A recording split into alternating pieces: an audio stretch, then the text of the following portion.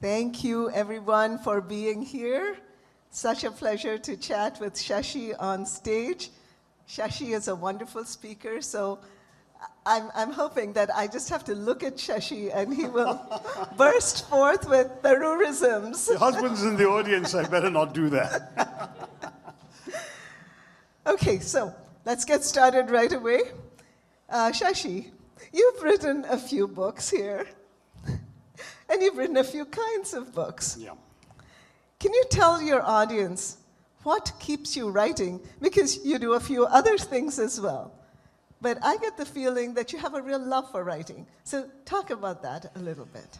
Well, I think George Bernard Shaw put it better than I can when he said, I write for the same reason a cow gives milk. I mean, it's inside you, it's got to come out, and you'd be in real pain if it didn't, like the cow would be if it weren't milked. And I think that's the issue. So from a very young age, writing was for me an essential form of self-expression.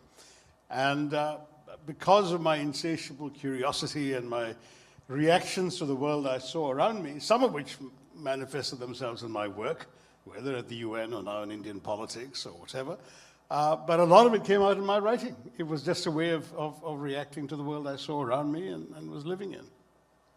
And how do you make time for it? Because you have so many other responsibilities. Are you one of those people who writes every day? Do you have a particular time? Do you have a little method, a little voodoo ritual that keeps those books coming? I wish, Chitra, because, I think the short answer is I just don't sleep enough.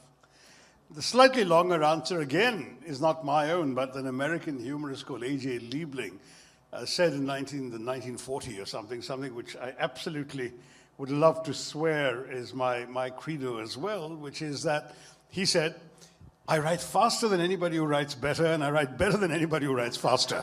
So that's probably the second answer. That is a great one. All right.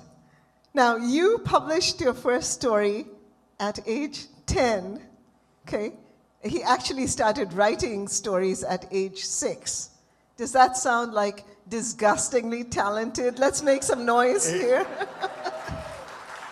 You're supposed to actually feel a great deal of sympathy to me because I was a terrible childhood asthmatic.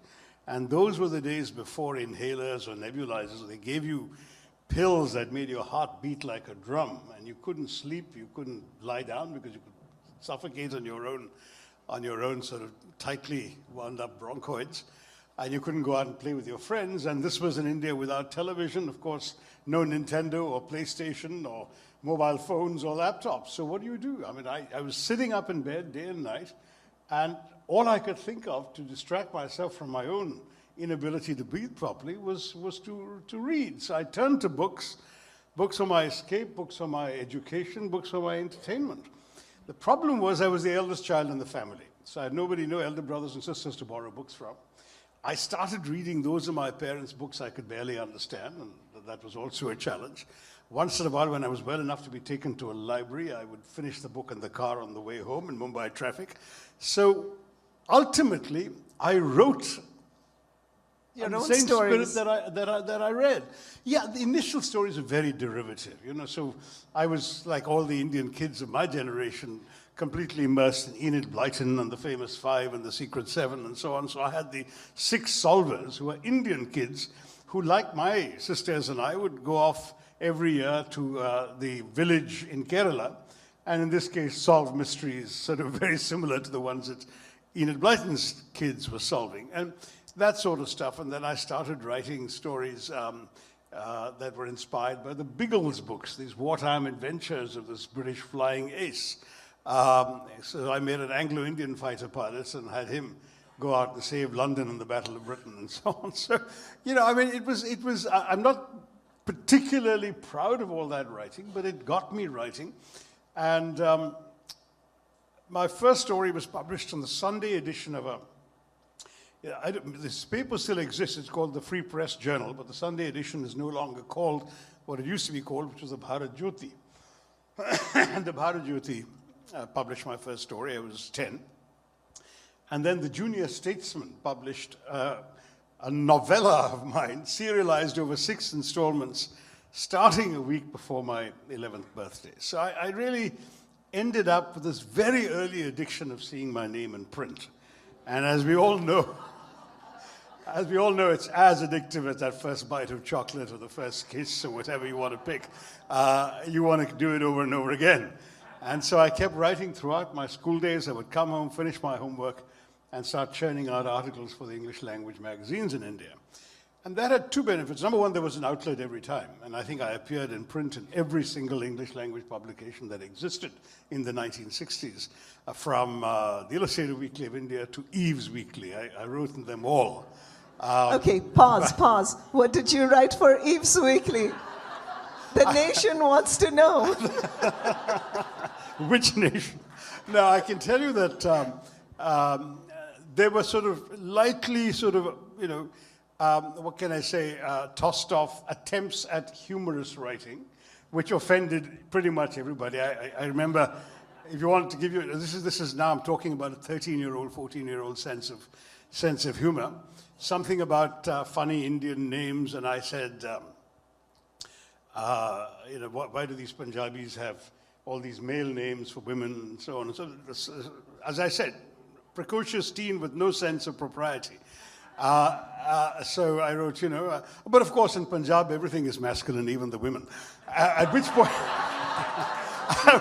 Wait a minute. You have to go out there. Our very dear Sikh neighbor's wife came to me with her rolling pin. But so that was the second point I was going to make, which is that when you actually were writing in places that people you knew were reading, you got instant feedback, usually not accompanied with a rolling pin. And what that meant was that you actually learned by doing. I never took a writing class in my life. I always used to joke that I didn't even major in English in college because to study English at an academic institution, I thought, would be like learning about girls at medical school. So I stayed. So if you love the subject enough, discover it for yourself was my attitude. And don't let the academics ruin it for you. My niece teaches English. She's going to slaughter me too. Rolling pin handy, Ragini, somewhere? Yeah, there she is. But anyway, so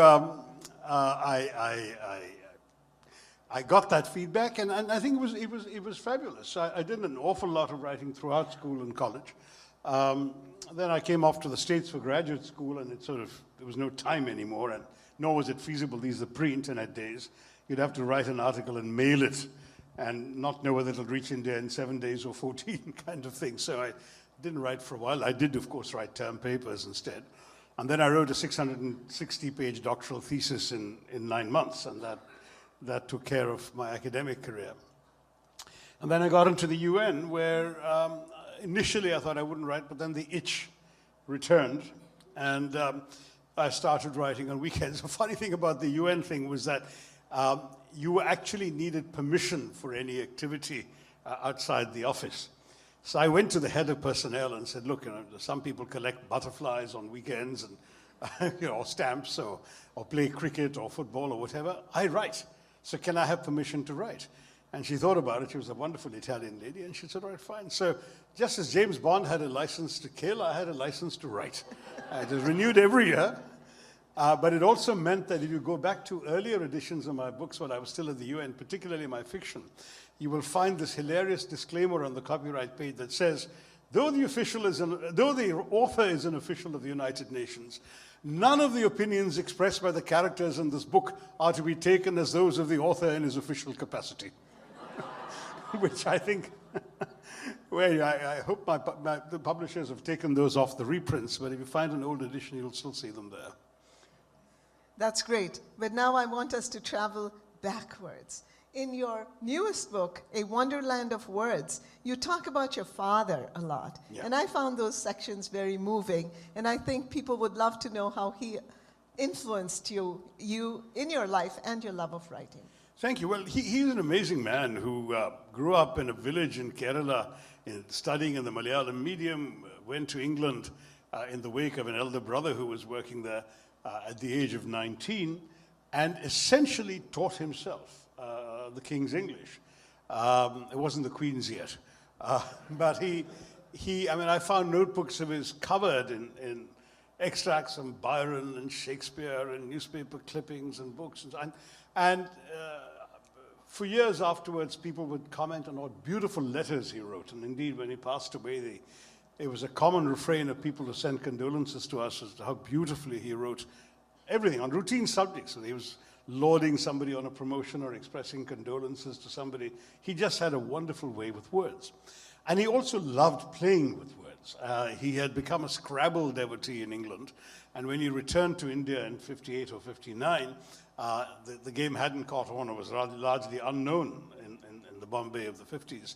But he found a couple of other people from England and set up a little Scrabble group, and they would play every weekend. And then as soon as my sisters and I were old enough, we were roped in to play Scrabble with him. He would set us little games.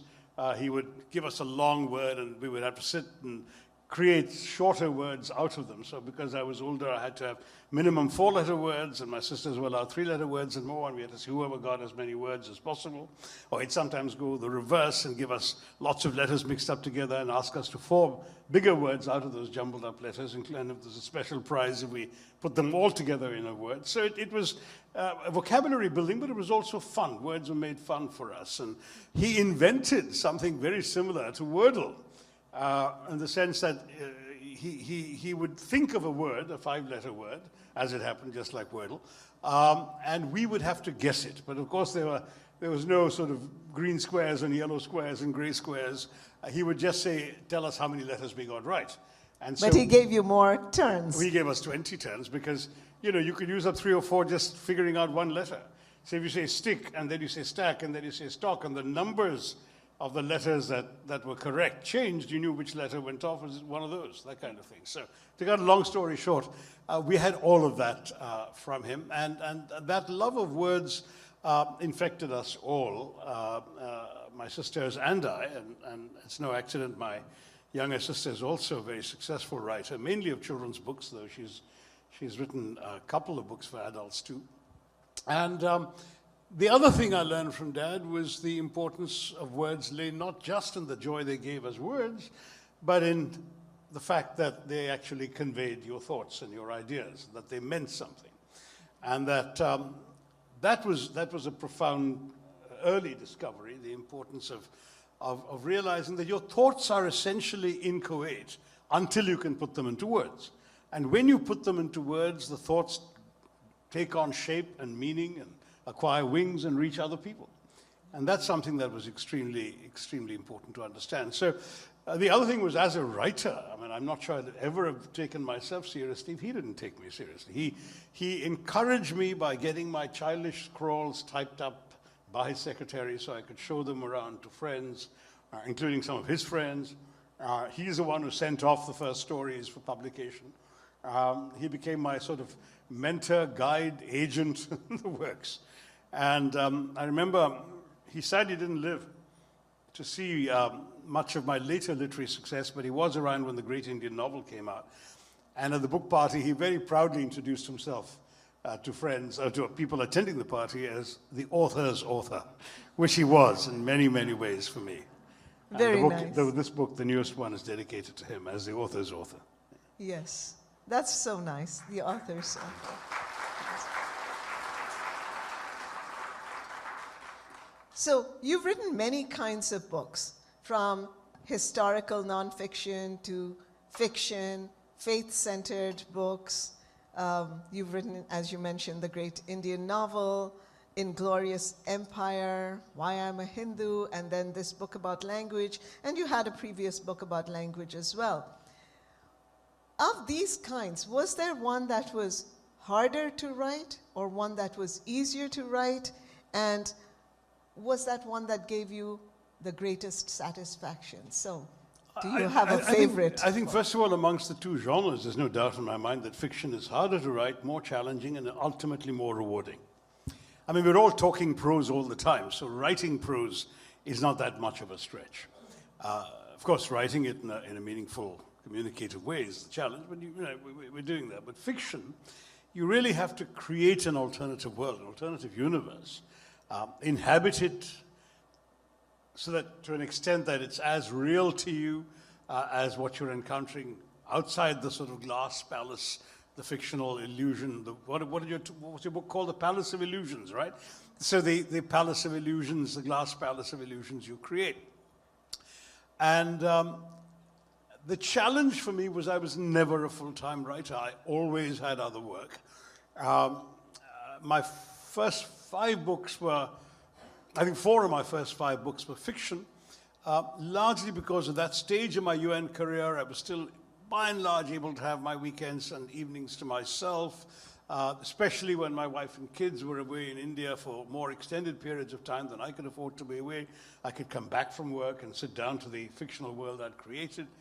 And so I wrote those books, but as my work became more demanding and encroached on evenings and weekends and everything else, I found it very difficult to sustain that glass palace of illusions, because it started developing cracks every time I was interrupted, every time I suddenly had to go off to deal with a crisis. So my mind was entirely occupied by bombs going off in Sarajevo or whatever.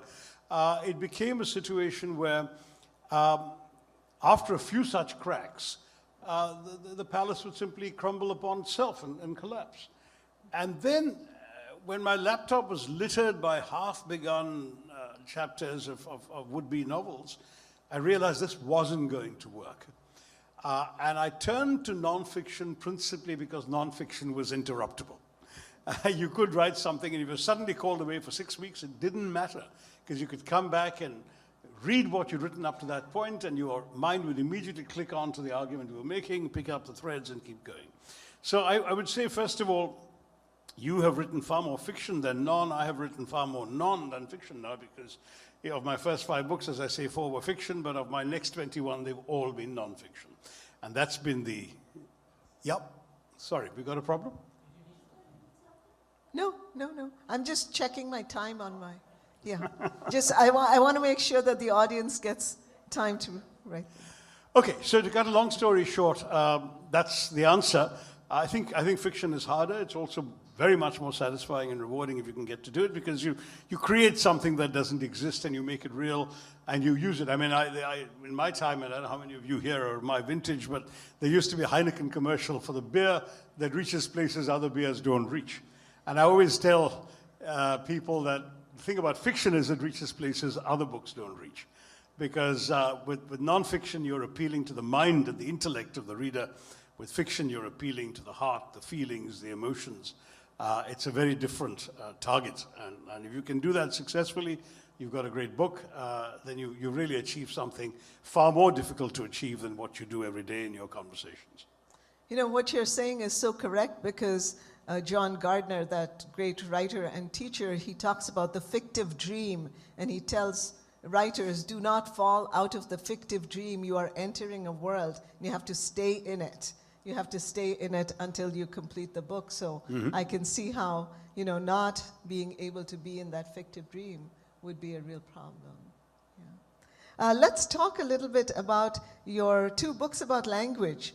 The Tharoorasaurus, I love that title, and your new one, Wonderland of Words. Just, tell our audience a little bit about how much fun you had writing them, because reading them I felt Chitra, it all was a lot of started fun. really as a bit of a joke, because what happened was, this is now going back several years, but in Indian politics I've had more than my fair share of unfair attacks and Agni Parikshas flung my way. But one was so deeply egregious and offensive, I had to end up suing the fellow in court for defamation. But anyway, I tweeted when his show came out that this was an exasperating farrago of misrepresentations, distortions, and outright lies broadcast by an unprincipled showman masquerading as a journalist.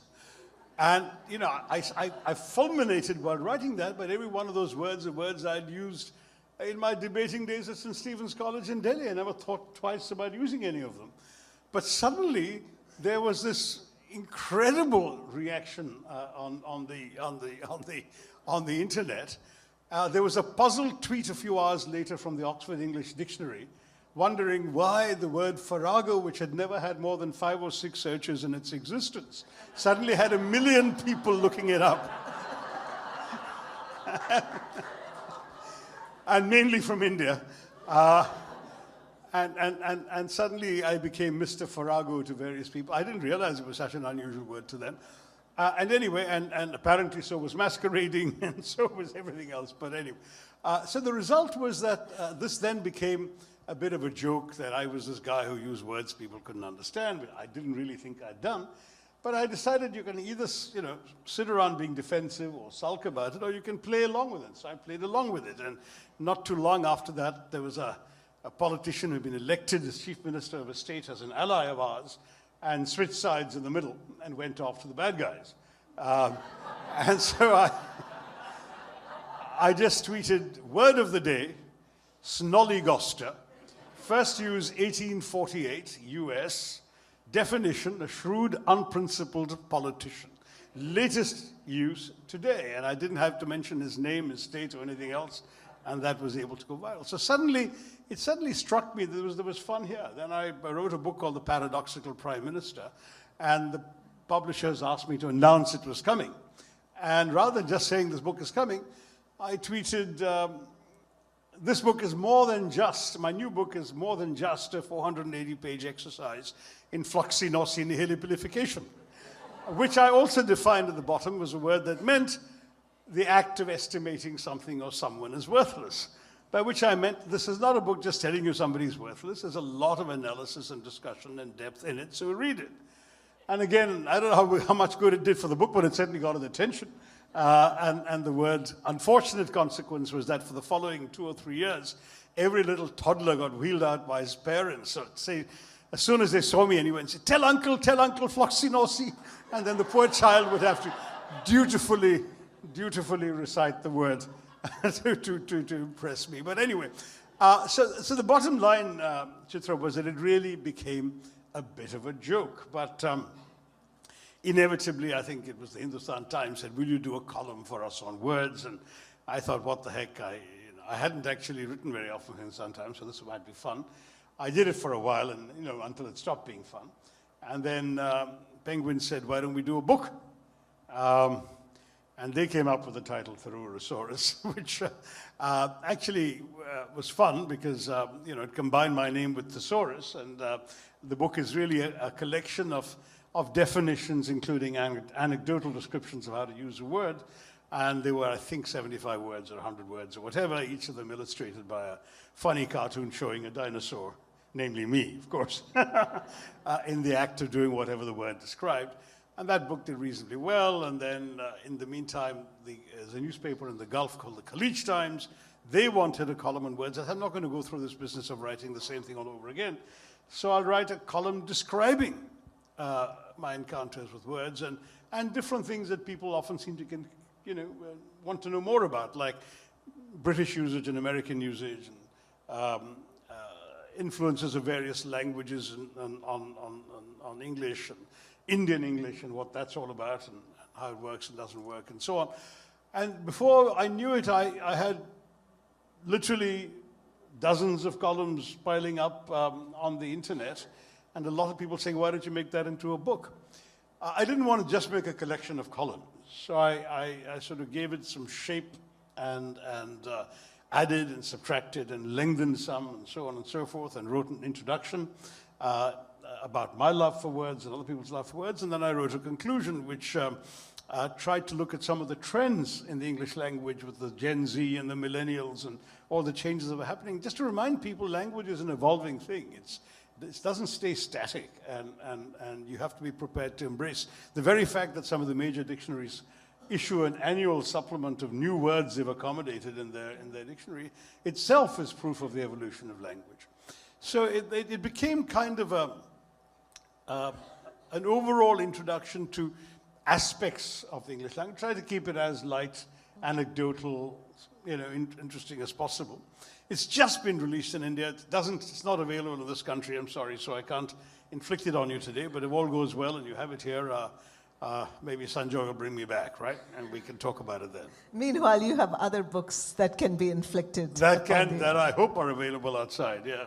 Okay, so one of the chapters that I really liked was Indianisms. Can you give us a few examples? Whet the appetite a little bit. See, there are Indianisms and Indianisms. There are Indianisms which are simply the way we use the language that others don't. I mean, and that includes some archaisms, words that used to be there in English and are no longer used by the English, but which we do still, like furlong, or fortnight, or thrice for 3 times, and that sort of stuff. There are expressions which may or may not ever have been kosher in England, but are in India, like, will you do the needful? And there are perfectly comprehensible, but not to others, expressions like, oh, thank you for your letter, I will revert to you in a few days. Now, to the I will ordinary reader revert of back. I will revert back to you. I'll revert back to you in a few days. Which does not mean that you will convert yourself into what that person used to be, but that you will reply to them. But I think as long as the usage is clearly comprehensible, it seems silly to object to it.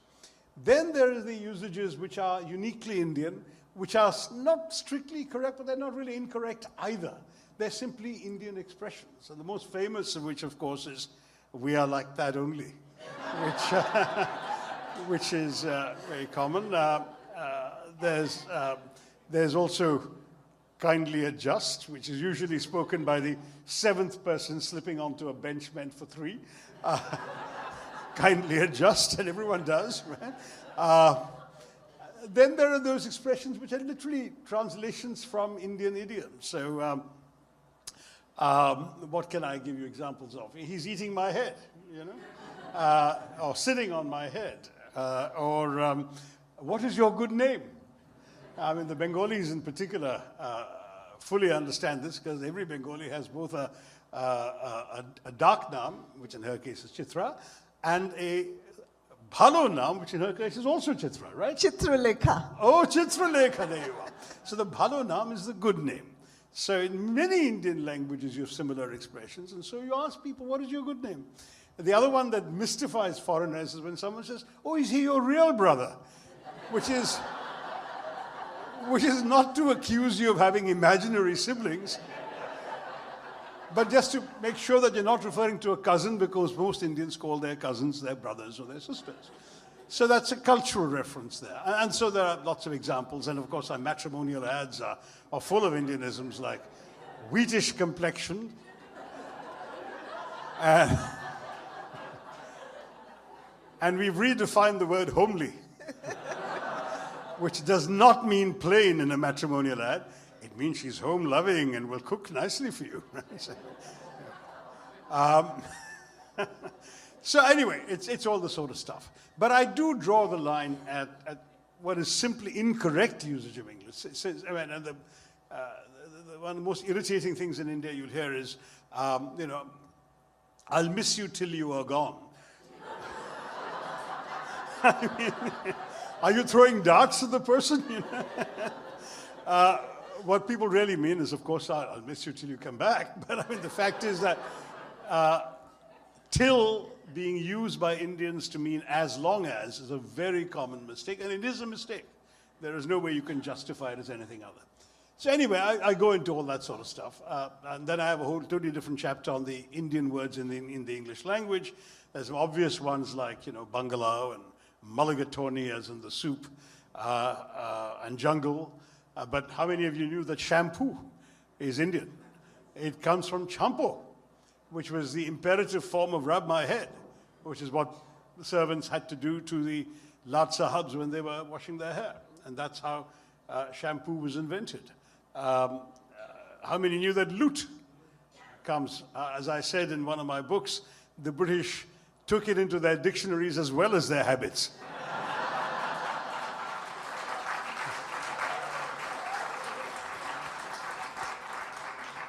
Okay, on that note, you have to talk a little bit about that, your speech that went viral on BBC. Well, it's too late to talk about the speech unless you're all internet addicts. Read the book.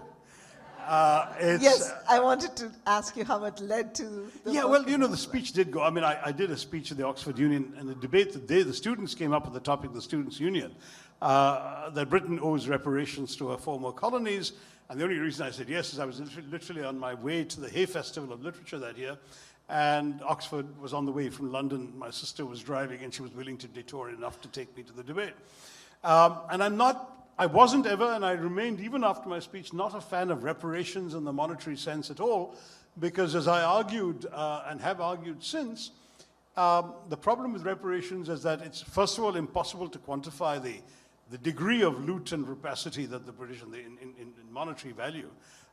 Some years after I wrote the book, a professor in London actually did come up with a quantification, and it was 45 trillion pounds worth of loot. And the truth is that the entire British economy today is 3 trillion pounds. So every British man, woman, and child will have to work 15 years just to return the money to India. So not going to happen. But what it means is that the idea of reparations, I thought, could be converted to a notion of moral atonement. And so I made a speech basically explaining why that atonement was necessary with various examples. I was given 8 minutes, and nobody rang the bell because the audience was enjoying what I was saying, and I went on for about 15. So it's a 15-minute speech on the internet. You know, I made the speech, went on to the Hay Festival, forgot about it, and about a month and a half later, the Oxford Union put the thing on the internet, and I tweeted it. And to my utter astonishment, it went instantaneously viral. By the end of the day, 3 million people had seen the speech. And the following day, the Prime Minister, no less, congratulated me at an event in Parliament for having said the right thing in the right place at the right time, which sent various flutters on the dovecots of the British embassies, the British High Commission. It was quite worrying for them too, because he hadn't yet made his first visit to the UK, and he was about to in September, and my speech had gone viral in July. But anyway, I'll come back to that in a second if you're interested. But anyway, what I did then was lap it up for a while, and then my publisher called me and said, "You've got to turn this into a book." And I said, "Don't be silly, but everyone knows this already." And he said, "No, they don't, because if they did, your speech wouldn't have gone viral. You've actually opened the eyes of people to something that they perhaps ought to have been aware of, but were not." And so I, persuaded by him, I did. Of course, this was a fairly tossed off the cuff kind of speech. You'll see it on the net. I didn't have any extensive notes or text. I had a few scribbles on a piece of paper in the palm of my hand, and I was essentially, I asked to be the last speaker on the proposition so I could rebut the arguments made in defense of the empire, and I was able to, and most of my speech is a series of rebuttals. But for the book, I knew I had to do much more serious research and get the facts and figures right. And that was something I thoroughly enjoyed doing, and for once, in fact, for the first time in my writing, I actually enlisted a couple of researchers because I didn't have the time as a busy parliamentarian to go out and dig up not just the old material, the archival material, but also some of the recent academic work in academic journals on the same subjects. So I really did some very thorough and extensive reading, including taking 12 days off of 18-hour days to do nothing but try and sort of break the back of the research and get a coherent argument. All of which being done, I wrote a book which in India was called An Era of Darkness, and which in the West, and including in America, is published under the title Inglorious Empire. And it should be available, I hope, upstairs. And that book, again, did extremely well, and many people have been gracious enough to credit me with opening the eyes of many in England. In fact, a British peer, Lord Ridley, a member of the House of Lords, devoted his entire column in the London Times to the book and saying that it's a miracle to me after reading the book that Indians are even willing to be friendly with us. And he strongly endorsed the book and urged every Briton to read it. And I met him subsequently, I'd never met him before, and we had lunch, and I said, "Well, I'm just a bit curious, how come a conservative peer is praising this book? I would have thought that it's exactly the kind of thing all of you would hate." To which his answer was, "I'm a true conservative. I believe we should have traded with you and not conquered you," which I thought was not a bad thing to hear. Yes. But anyway, so that book did do very well and continues to sell, and my publishers insist, though all publishers dispute these things, that it's the best-selling non-textbook hardback of all time. in English in India. So not done too badly. That's wonderful. Time for questions. I see it is time for questions. I'll just say a couple of things. I know many of you have questions. Time is short, so please only ask the question. Don't give a preamble. Go straight to the question. Let's keep it to literature. You can ask Shashi the difficult political questions outside. Let's keep the forum to literature. And your job, because I have friends in the audience and I don't want to make them into enemies, would be to choose the people. I mean, you probably have like 2 questions. You mean you want me to make more enemies here? I've got enough in India. You will take them 2 or 3 at yes, a time. I'm going to turn it over because you can answer and run away. I have to live here. Smart girl. All right. Hands, yes, sir. Thank you. So my question goes back to If what you don't mind telling me a name, what you do, whatever. So my name is Pranjal. Great conversation. I'm a student at UT Austin, so not too far from here. I drove for this. So my question is it goes back to what you were saying about thoughts being inchoate unless they're expressed in words. I was wondering, what do you both think about translations? Particularly, why has English not been able to do for Hindi or a Premchand what it was able to do for a Tolstoy or Russian? Okay, I have a thought on that. Okay. Anybody else right now, or should I answer that? Nobody Like else 2 has or a 3, question maybe just yet? a couple So of while you're all questions. thinking of your question, Okay, there is here's a lady another right hand. here. Right here, right here. There's a lady here. Oh, did you find someone else there? Yeah. There is a gentleman at the back? Okay. Yeah. Hi, my name is Neha, and my question is, what kind of preparation it does for you? Or you go to several speeches, talk shows and interviews. Like, do you prepare or you are natural speaker? Yes, are you a natural speaker or do you prepare? I'll add my part. Do you just make up things? Okay.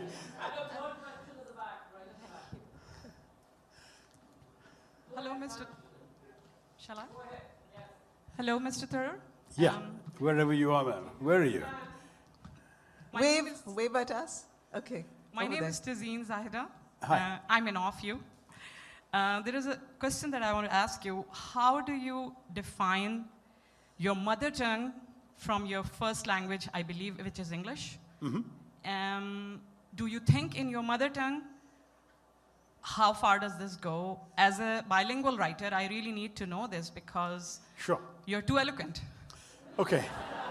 A good question, and it ties into the first one about translation. So let me first talk about the translation issue. I think all translation is imperfect.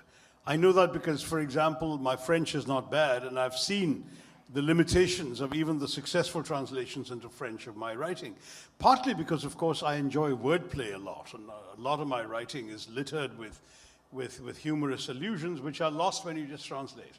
So, for example, when I called a chapter in the great Indian novel The Bungle Book, it was obviously a reference to the Jungle Book, and that's completely lost in French. Or even worse, I called a chapter Him as an allusion to Kim, and they just translated it into the French word Louis, which means Kim, but which has nothing to do with Kipling or Kim. So you've got some of these things lost, and it becomes challenging. The Italians have a very famous phrase, traditore traduttore, which is that to translate is to betray. And I think in some ways it's impossible to avoid betraying the original when you translate. But the case for translation is to widen the number of people you can reach.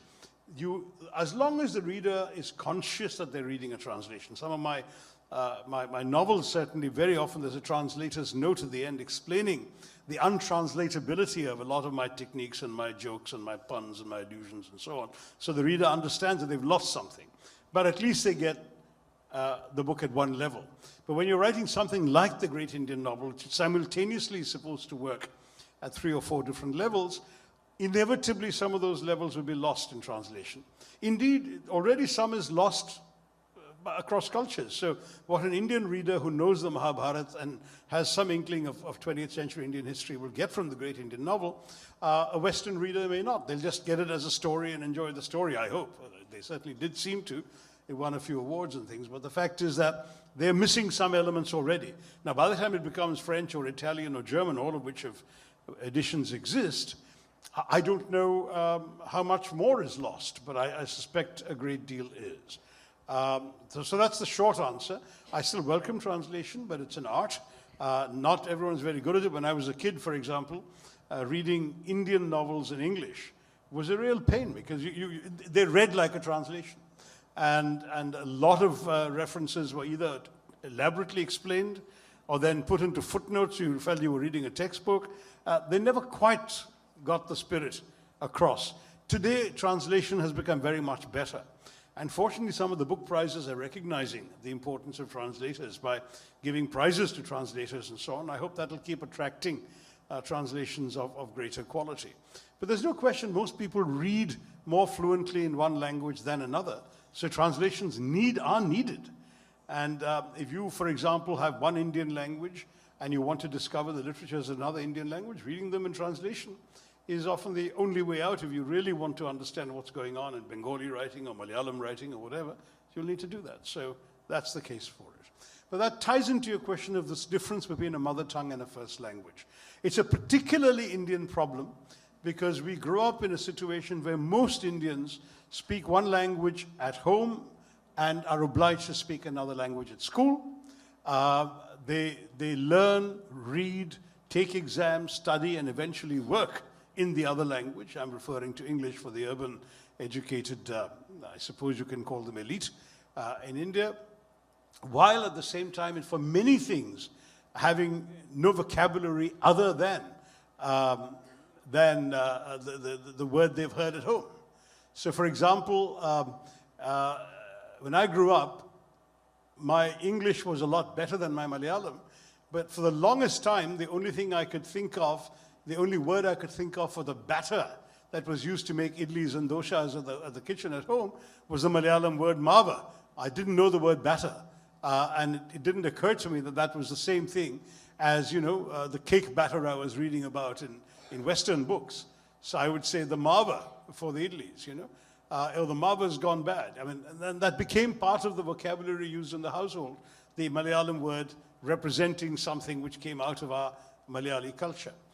But as I've grown older, and of course in my present situation where I have to function a lot in Malayalam, because I'm a politician representing Malayali voters, and I have to speak to them and appeal to them in that language, give interviews in that language, and all of that all the time, I would say that probably like you, since you're a bilingual writer, I find myself thinking in Malayalam when I'm speaking in Malayalam and thinking in English when I'm speaking in English.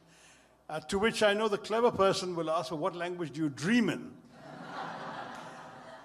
I think my dreams tend to be wordless, but in as much as words pop up, they probably are in English. So that's genuinely the first language, simply because it's the language I grew up with and discovered the world through my reading, for example, through my interactions with a wider variety of people than I would have, especially because we were deracinated. I was born in London, grew up in Bombay, high school, Calcutta College, Delhi, and so my parents were attached to roots and a language which was not spoken by others around me in these places. So naturally English became the first language, and the language in the end that I wooed my wife with, the language that became the first language of the family when we had children, etc., etc. So mother tongue, I don't know, my sons would probably say their mother tongue is English. They have, between their two parents, they have Malayalam, Bengali, and Hindi. But they're not remotely as fluent in any of those three as they would be in English. Whereas for me, because I've been forced into a situation where I'm effectively trilingual on any typical day, because I'm speaking, depending on context and situation, in Malayalam, in Hindi, and in English. And of course, when I was at the UN, there was also French. I find that the language you use, the words you have to find, also influence your patterns of thought, and vice versa. So it becomes very difficult to just imagine something in English and find the words in Hindi to say it. It wouldn't work. You've got to think of an idiomatic expression in Hindi you've heard in Hindi, and that becomes the way you express a particular thought. So you know, it would be silly. You may say dal mein kuch kala hai, but you wouldn't go around saying there's something black in the lentil soup. You know, I mean, you can't translate back and forth in that way. Now, do I make things up when I write fiction? Yes. when I'm answering your question, no. No, I think frankly, I sort of was told very early on by my father, because I was a terribly introverted kid who would love to sit in corners and read all the time. My parents dragged me off to dinner parties at their friends' home. I could be found reliably in a corner, ignoring all the hubbub around me and reading. And my father said it's extremely important to be able to speak and communicate, because that's the skill you need, whatever you do in life. So he forced me into elocution competitions, theater classes, debating. And so I became early on rather good at this kind of stuff. And then it became part of who I was. So now I just speak whatever comes into my head. And fortunately, I'm reasonably sensible now about what comes into my head. So it comes out okay. One last question and then a short question for, I'm so sorry we won't be able to take it anymore. Yes, go ahead. Mr. Tharoor, Yeah, hi. thanks for being here. My name is Sridhar. I'm going back to your the viral video where you have a lot of facts about pre-British India. Yeah. And you and I, we have learned history, the British version, Yeah. pretty much. Did you find a lot of challenges in getting the right data? And I'm sure No, you're it's not all making it out up. there. It's all out there. Really, it is. In fact, what I said in my speech was genuinely, I thought, common knowledge, because I was aware of this from my own readings and my own understanding. I'd done history honors in college, that's true, so I had perhaps read more history than the average Indian had, because everyone in India seems to be only interested in science and maths and computer science and all of that. And maybe some hadn't paid attention in the history class they took, but anyway. But for the most part, the stuff is out there. It wasn't difficult to find. When I researched the book, of course, I had to do very much more. In fact, in many cases, I found things were worse than I'd imagined. So in my speech, I said that I think between, what did I say, between 15 and 29 million, I think, had been killed in totally unnecessary British-created famines. And then I discovered the real figure was 35 million. And this is all documented in real time when it actually happened. And then, you know, some of the scholarship that's coming out more recently has also been pretty devastating. So we knew that the late Victorian Brits who first had to adopt this whole nonsense of a civilizing mission, because right up to then they'd been very open about the fact that they were there to make as much money as they could. And I came up with a lot of data to show that not only did they steal and loot and everything, but they were unabashed about it. That was the reason they were there. They weren't pretending otherwise. But in the late Victorian era, when mass media began for the first time, public consciousness and morality suddenly became an issue, they suddenly had to pretend for the first time. So they pretended that they were there on a quote-unquote civilizing mission. And whereas in earlier famines, they took the line that giving relief would only encourage indolence. And I've recounted an example of a poor Englishman whose conscience was struck to see somebody dying at his doorstep and gave him some food, and who was threatened with deportation back to England if he did that again, because it was spoiling these Indians to feed them when they were dying. That era of change, and instead they started creating relief camps. But in those camps you had to work, right? And you had to work in order to earn the relief you were getting. Now this I knew. What I didn't know, and I discovered from a British scholar called Mike Davies, who published a book called Late Victorian Holocaust, was that the rations that were given in these relief camps after a full day's work were lower than what the Nazis gave the Jews in the concentration camps just before gassing them. That was what the British gave people who'd already worked the whole day. And so, you know, when you realize that this kind of horror was going on, it became a moral imperative to tell the world about it. So I systematically put together a lot. The only major criticism of my book by others is there's more to the story of British rule than this. I said, yeah, but all you've told is the other side. You know, all you've got is the far pavilions and the jewel and the crown and the wonderful stories of imperial glory and Ganga Din and the tales of the Bengal Lancers, right? I mean, how about somebody setting the record straight? So I don't make any bones about the fact. There are allusions in the book to the fact that, yes, there were some good things like this and this and this, but those good things were done to perpetuate British rule, which is fundamentally about iniquity and exploitation. So that was the story.